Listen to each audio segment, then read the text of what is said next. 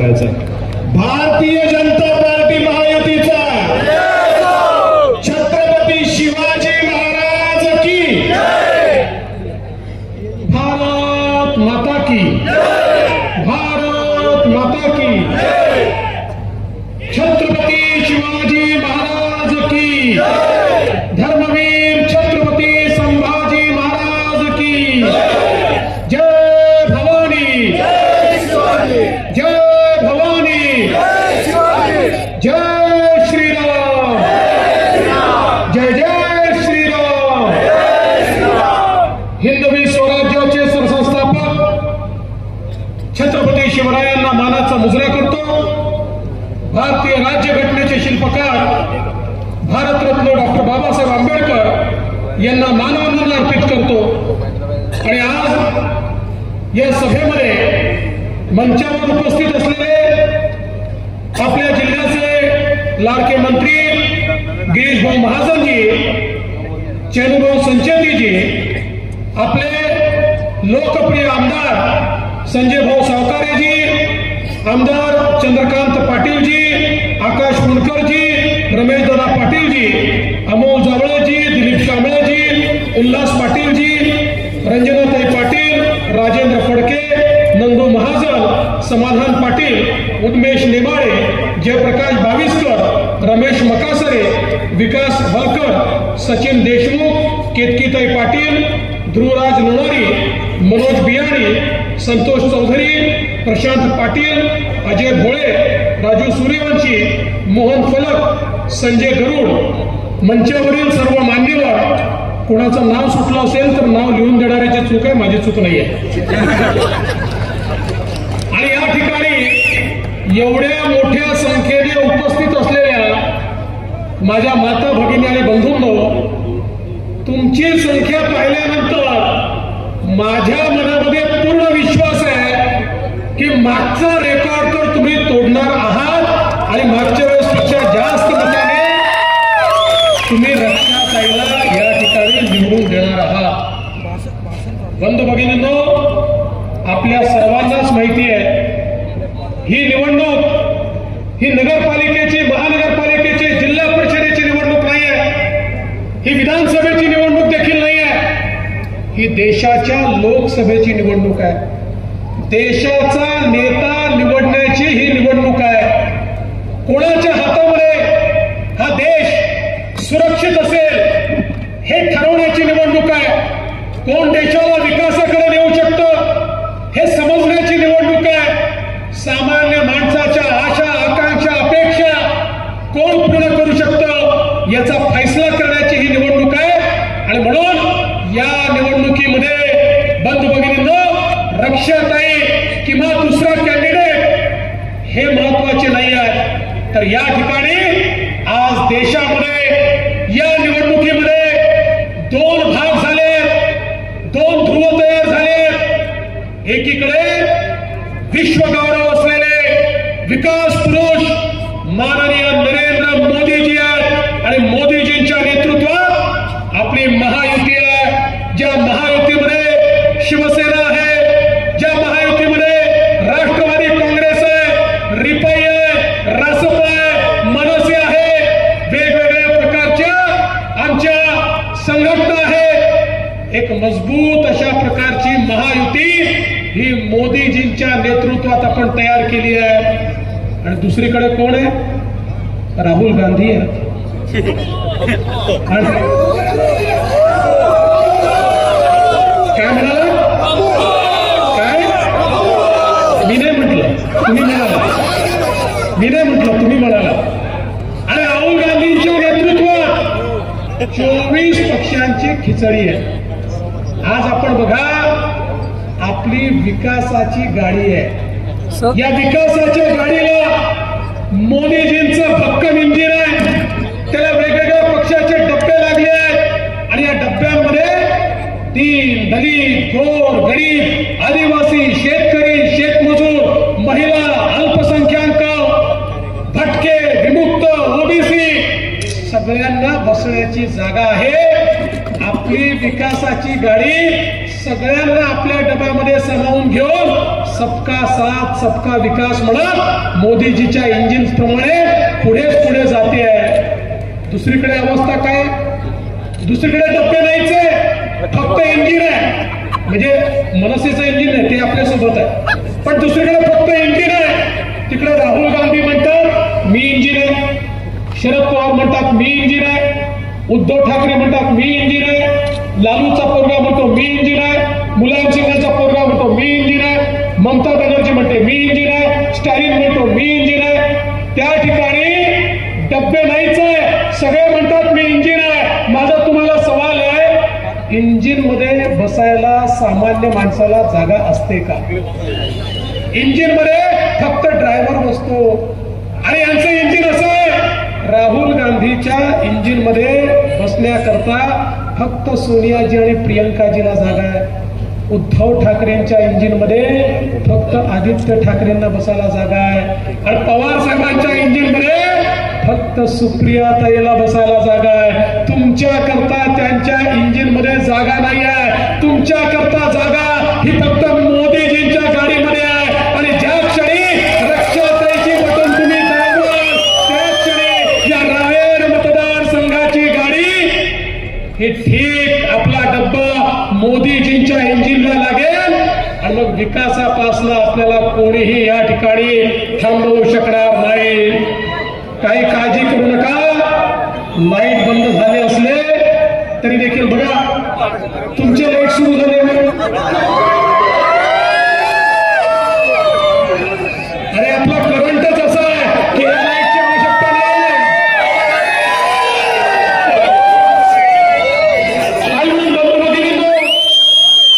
या ठिकाणी रक्षाताईचं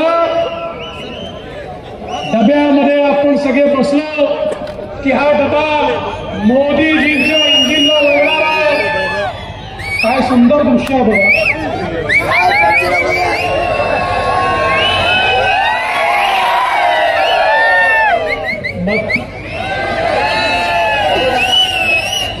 अरे लपाछुपीच चालली आहे.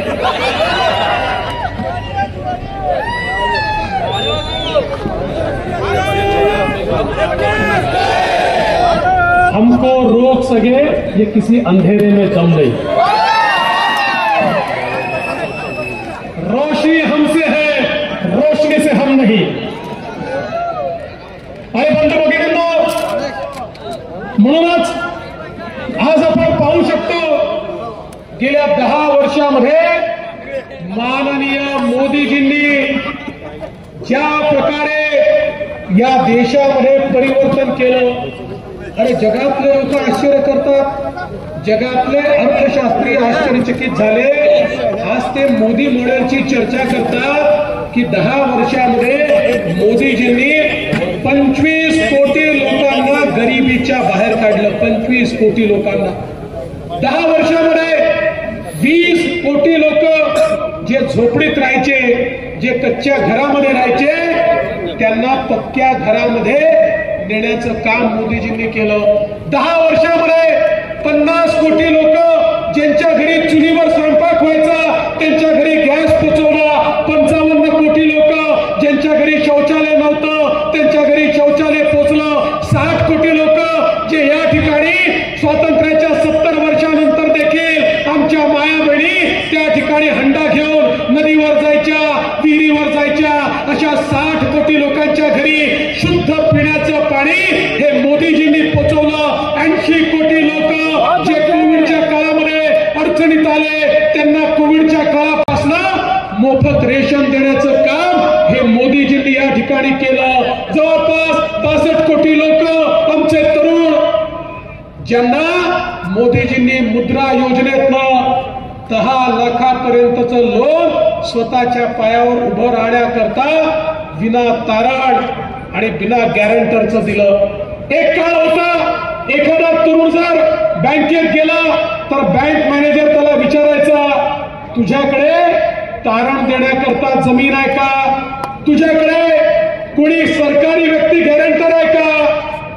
आणि त्याच्याजवळ जर नसेल तर त्याला लोन मिळत नव्हतं. पण मोदीजींनी सांगितलं यांची गॅरंटी मी घेतो आणि 62 कोटी लोकांना 10 लाखापर्यंतचं लोन हे मोदीजींनी बिना गॅरंटी बिना तारणाचं दिलं. आणि आता तर मोदीजींनी सांगितलंय आता 10 लाख नाही 20 लाखापर्यंतचं लोन हे बिना तारण आणि बिना गॅरंटरचं मिळणार आहे. आणि मला सांगताना आनंद वाटतो या 62 कोटीमध्ये 50% जास्त महिला आहेत की ज्यांना या ठिकाणी मुद्राचं लोन मिळालं आहे. मोदीजींनी देशामध्ये 80 लाख बचत गट तयार केले आणि त्या 80 लाख बचत गटांना 8 लाख कोटी रुपये त्या ठिकाणी दिले आणि त्यातनं 10 कोटी महिलांना आपल्या पायावर उभं केलं. आणि आता त्या 10 कोटी महिलांपैकी 3 कोटी महिला या लखपती दीदी होत आहेत आणि हळूहळू या सगळ्या 10 कोटी महिला लखपती दीदी होतील. मोदीजी म्हणतात जेव्हा एक पुरुष पायावर उभा राहतो त्यावेळी केवळ पुरुष पायावर उभा राहतो पण जेव्हा एक महिला पायावर उभी राहते तेव्हा संपूर्ण कुटुंब पायावर उभं राहतं. आणि म्हणून मोदीजींनी महिलांना देशाच्या मुख्यधारेमध्ये आणण्याचं काम केलं.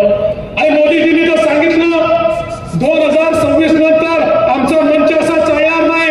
या मंचावरच्या 50% जागा आम्हाला महिलांना द्याव्या लागतील कारण 2026 नंतर 33% विधानसभेचे आमदार या महिला असतील आणि लोकसभेमध्ये 33% खासदार या महिला असतील. त्यामुळे महिलांनी एकदा जोरदार टाळ्या वाजवून मोदीजींचं अभिनंदन केलं पाहिजे. आम्ही तर जळगाव जिल्ह्यामध्ये ऑलरेडी मोदी राज आणलेला आहे. ऑलरेडी महिला राज आणलाय. इकडे रक्षाताई आहे आणि तिकडे वाघताई आहे. पण मोदीजींनी ही अधिकारिता आज या ठिकाणी आणली. बंधू भगिनींनो समाजातल्या प्रत्येक घटकाला मोदीजींनी या ठिकाणी लाभ दिला.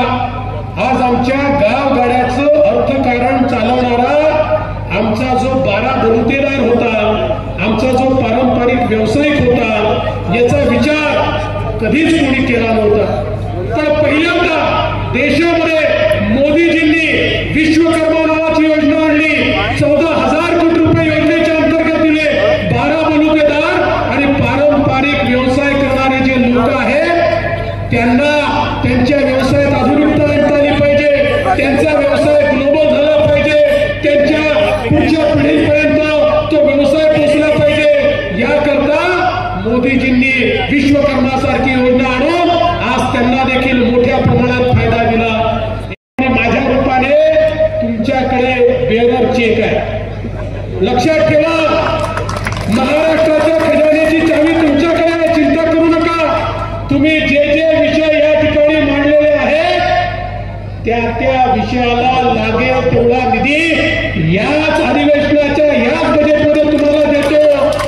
या भुसावळचं चित्र बदलण्याचा जो तुमचा या ठिकाणी प्रयत्न आहे मग पिण्याच्या पाण्याची योजना असेल बसपोर्टची योजना असेल SRPFचं सेंटर असेल भुयारी गटारा करता पैसा असेल या ठिकाणी MIDC असेल या सगळ्या गोष्टी तुम्हाला जास्त का नाही याच बजेटमध्ये तुम्हाला या सगळ्या गोष्टी मी करून देतो.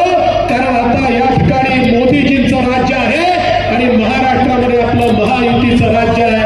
आणि मला विश्वास आहे रक्षाताई तिकडे गेल्यानंतर एकीकडे बंधू भगिनींनो तुम्हाला मी हेच सांगायला आलोय आज देशामध्ये मोदीजींच्या नेतृत्वात एक मजबूत सरकार आपल्याला मिळालंय. या सरकारने भ्रष्टाचारावर आळा आणला आणि म्हणून आज देश विकासाकडे चाललेला आहे. आज आपला देश जगातली महासत्ता होतोय. पण त्याच वेळी मोदीजींनी या देशाला एक मजबूत देश म्हणून या ठिकाणी जगासमोर आणलं. आठवा तो काळ करोनाचा तो काळ आठवा ज्या काळामध्ये आपल्या नातेवाईकांकडे जाण्याची देखील चोरी होती. ज्या काळामध्ये आपलं नातं देखील कोणी दाखवत नव्हतं. कोणी कोणाच्या मौत मिट्टीला देखील जात नव्हतं. बंधू भगिनींनो जगातले एक्सपर्ट म्हणायचे भारतामध्ये किमान 50-60 कोटी लोक तरी मरतील अशा प्रकारची अवस्था होती. जगामध्ये केवळ 4 देशांनी कोविडची लस तयार केली होती. ते देश वाट पाहत होते की आता भारत आमच्याकडे येईल, भारत आम्हाला भीक मागेल, मग भिकेमध्ये काही लसी देऊन टाकू, या भारताला गुलाम करू. पण भारताचे प्रधानमंत्री मोदीजी यांना माहिती होतं, यापूर्वी जेव्हा जेव्हा महामारी आली 30-30 वर्ष भारताला लस मिळाली नाही, मोदीजींना माहिती होतं या देशांच्या भरोशावर बसलो, माझ्या भारताला लसी मिळणार नाहीत, ते पहिले स्वतःच्या नागरिकांना देतील, माझे भारतीय किड्या मुंग्यासारखे मरतील.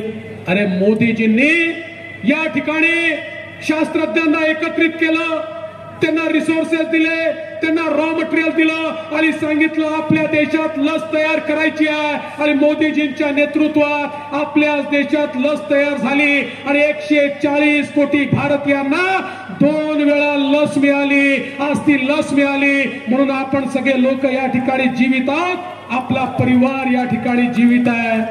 पण बंधू भगिनींनो, हे केवळ भारतापुरतं मर्यादित नाही आहे. मी मॉरिशस नावाच्या देशात गेलो होतो, तिथल्या मराठी मंडळींनी छत्रपती शिवरायांच्या पुतळ्याचं उद्घाटन ठेवलं होतं, उद्घाटन केलं आणि मी मॉरिशसच्या राष्ट्रपतींना भेटायला गेलो. मॉरिशसचे राष्ट्रपती आफ्रिकन ओरिजिनचे राष्ट्रपती होते, त्यांना मी भेटलो. त्यांनी मला म्हटलं, फडणवीसजी तुम्ही मोदीजींना आमचे धन्यवाद सांगा. मी म्हटलं कशाबद्दल धन्यवाद मोदीजींना द्यायचे आहेत? ते म्हणाले, मोदीजींनी कोविडच्या काळात आम्हाला कोविडची लस दिली नसती तर माझा मॉरिशस बेचिराग झाला असता. आज माझा मॉरिशस जिवंत आहे, तो नरेंद्र मोदींमुळे जिवंत आहे. आणि आज जगामध्ये असे 100 देश आहेत की जे हे सांगतात की आम्ही मोदीजींमुळे जिवंत आहोत. बंधू भगिनींनो, आता मोदीजींचं नेतृत्व हे केवळ भारतापुरतं मर्यादित नाही आहे. या 100 देशाचे लोक म्हणतात आमचा नेता जर कोणी असेल तर तो नरेंद्र मोदी आहे. ही अवस्था भारताने यापूर्वी कधी बघितली नव्हती. आज तुम्ही बघा, एक सुरक्षित भारत आपण पाहतोय. मगाशी गिरीश भाऊ सांगत होते, मी देखील तुम्हाला आठवण करून देऊ इच्छितो, काय अवस्था होती भारताची. कोणीही भारतात यायचं, बॉम्बस्फोट करायचं, निघून जायचं. मुंबईत बॉम्बस्फोट, पुण्यात बॉम्बस्फोट, बंगलोरला बॉम्बस्फोट, कटकला बॉम्बस्फोट, कलकत्त्याला बॉम्बस्फोट. प्रत्येक बॉम्बस्फोटानंतर तेव्हाचं काँग्रेसचं सरकार काय करायचं? पाकिस्तानचा निषेध करायचं. मग ते पुन्हा बॉम्बस्फोट करायचे. मग आमचे पंतप्रधान पाकिस्तानचा तीव्र निषेध करायचे. मग ते पुन्हा बॉम्बस्फोट करायचे. मग आमचे पंतप्रधान अमेरिकेत जायचे, तिथल्या राष्ट्रपतीला कागदपत्र द्यायचे आणि सांगायचे, बघा बघा तो पाकिस्तान आमच्याकडे येतो, बॉम्बस्फोट करतो, तुम्ही त्याला समजवा. 140 कोटीचा पंतप्रधान इतका लाचार होता आणि त्या ठिकाणी ते भेटून आल्यानंतर 4थ्या दिवशी आमच्या देशात बॉम्बस्फोट व्हायचा. बंधू भगिनींनो, सत्ता बदलली, मोदीजी देशाचे प्रधानमंत्री झाले. मोदीजी प्रधानमंत्री झाल्यानंतर पाकिस्तानला माहिती नव्हतं हा बदललेला भारत आहे. या भारतामध्ये पुन्हा त्यांनी बॉम्बस्फोट करण्याचा प्रयत्न केला. त्यांनी त्या ठिकाणी आमच्या जवानांना मारलं, त्यांना शहीद केलं. पण नवीन भारत होता. अरे मोदीजींनी थेट पाकिस्तानमध्ये घुसून सर्जिकल स्ट्राईक केला, एअर स्ट्राईक केला आणि आतंकवाद्यांना मारलं. माझा सवाल आहे, 2019 नंतर पाकिस्तानच्या बापाची तरी हिम्मत झाली का भारतामध्ये बॉम्बस्फोट करण्याची? 2019 नंतर पाकिस्तान या भारतामध्ये एकही बॉम्बस्फोट करू शकला नाही, कारण पाकिस्तानला माहिती आहे आपला बाप नवी दिल्लीमध्ये बसलाय आणि आता त्याची अवकाश नाही. आज भारत तर चंद्रयान सोडतोय आणि पाकिस्तानची अवस्था मोदीजींनी अशी केली, तो कटोरा घेऊन घुमतोय, थोडे पैसे देऊन टाका, थोडे पैसे देऊन टाका, अशी अवस्था पाकिस्तानची झाली आहे. या भारताने जी प्रगती केली आहे, चंद्रयान आम्ही सोडलं, या ठिकाणी आदित्य एलवर चंद्र आणि सूर्याच्या कक्षेमध्ये आम्ही आलो. बंधू भगिनींनो, जे जपान सारख्या देशाला जमलं नाही ते भारताने आज करून दाखवलं. आणि एवढंच नाही तर आज भारत एक सुरक्षित देश आहे. या देशाने फायटर जेट तयार केलं, पाणबुडी तयार केली, फायटर नौका तयार केल्या, तोफा तयार केल्या, तोफगोळे तयार केले. आणि एवढंच नाही तर आज अग्नीसारखं मिसाईल या ठिकाणी आम्ही तयार केलं. जगाच्या पाठीवर केवळ 3 देशांजवळ जे मिसाईल आहे ते आज भारताने तयार केलाय. इथनं मिसाईल सोडलं 7,000 किलोमीटर दूर कुठेही शत्रू लपलेला असेल त्या शत्रूवर जाऊन थेट शत्रूला नेस्तनाबूत करू शकतं. अशा प्रकारचं अग्नि मिसाईल आज भारताकडे आहे. आता चीन देखील वाकडी नजर करून आपल्याकडे पाहू शकत नाही. आणि म्हणून बंधू भगिनींनो, हा नवीन भारत आहे. आज देशाचं नेतृत्व आहे.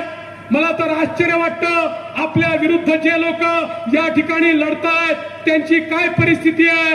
अरे आम्ही याच जळगावच्या सुपुत्राला, त्या ठिकाणी उज्ज्वल निकम साहेबांना मुंबईमध्ये, उत्तर मुंबईमध्ये, उत्तर मध्य मुंबईमध्ये त्या ठिकाणी उमेदवार बनवलं.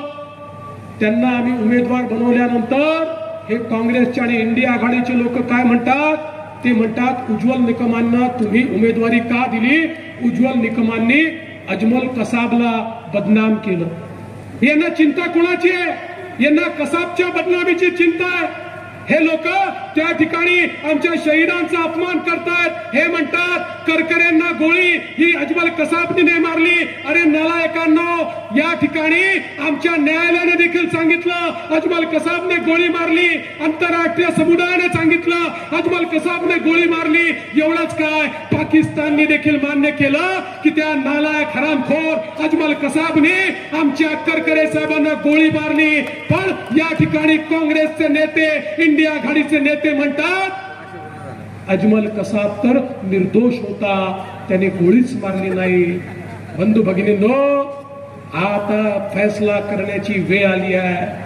कोण कोणासोबत आहे? अरे आम्ही तर उज्ज्वल निकम सोबत आहोत, पण हे सगळे अजमल कसाब सोबत आहे. तुम्ही हा निर्णय करायचा आहे. अजमल कसाबची सोबत करणाऱ्यांच्या सोबत जायचं आहे की जे लोक त्याला फासावर चढवतात त्याच्या सोबत जायचं आहे. हा फैसला करणारी अशा प्रकारची निवडणूक आहे. आणि म्हणून गल्लीची नाही आहे, दिल्लीची निवडणूक आहे. अरे रक्षाताईंनी गेल्या 10 वर्षामध्ये या ठिकाणी सातत्याने गावोगावी संपर्क ठेवला. देशाच्या राज्याच्या माध्यमातून अनेक कामं या ठिकाणी केली. मोदीजींचा विकास या जिल्ह्यापर्यंत आणण्यामध्ये रक्षाताईंचा मोठा वाटा आहे. आणि बंधू भगिनींनो, रक्षाताई पुन्हा तुमच्या पुढे मोठ मागण्या करता आल्या.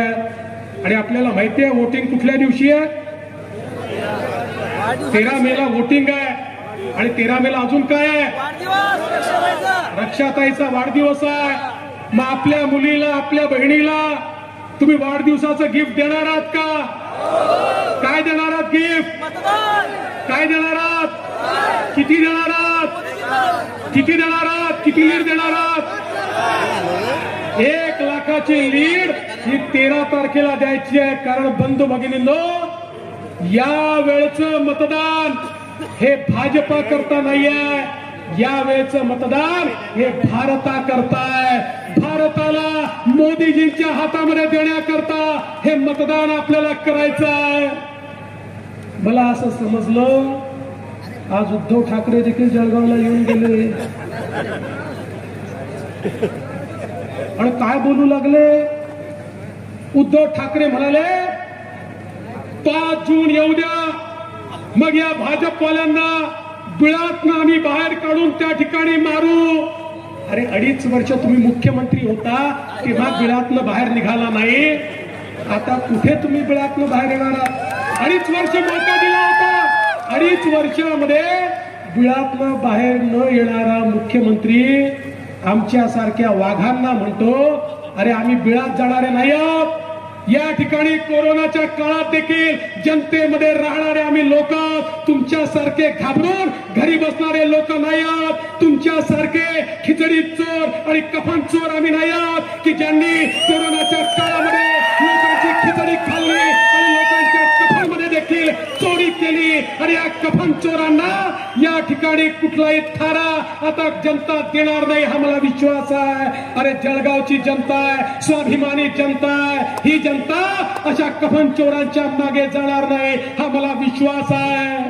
आणि बंधू भगिनींनो, जळगावच्या लोकांना, रावेरच्या लोकांना माहिती आहे तुतारीची पिपाणी कशी करायची. तुम्ही तुतारीची पिपाणी केल्याशिवाय राहणार नाही हा विश्वास मला आहे. आणि म्हणून 13 तारखेला कमळाचं बटन दाबा. कमळाचं बटन दाबलं की रक्षाताईला तर वोट मिळेल, पण मोदीजींना तुमचा आशीर्वाद मिळेल. ज्या मोदीजींनी या ठिकाणी सुरक्षित देश तयार केला, ज्या मोदीजींनी संविधानाची रक्षा केली, ज्या मोदीजींनी 500 वर्षानंतर प्रभू श्रीरामांचं मंदिर त्याच ठिकाणी बांधलं, त्या मोदीजींना पुन्हा एकदा तुमचा आशीर्वाद 13 तारखेला द्या एवढीच विनंती करतो आणि माझं बोलणं संपवतो. जय हिंद, जय भारत, जय महाराष्ट्र, जय श्रीराम. भारत माता की, भारत माता की.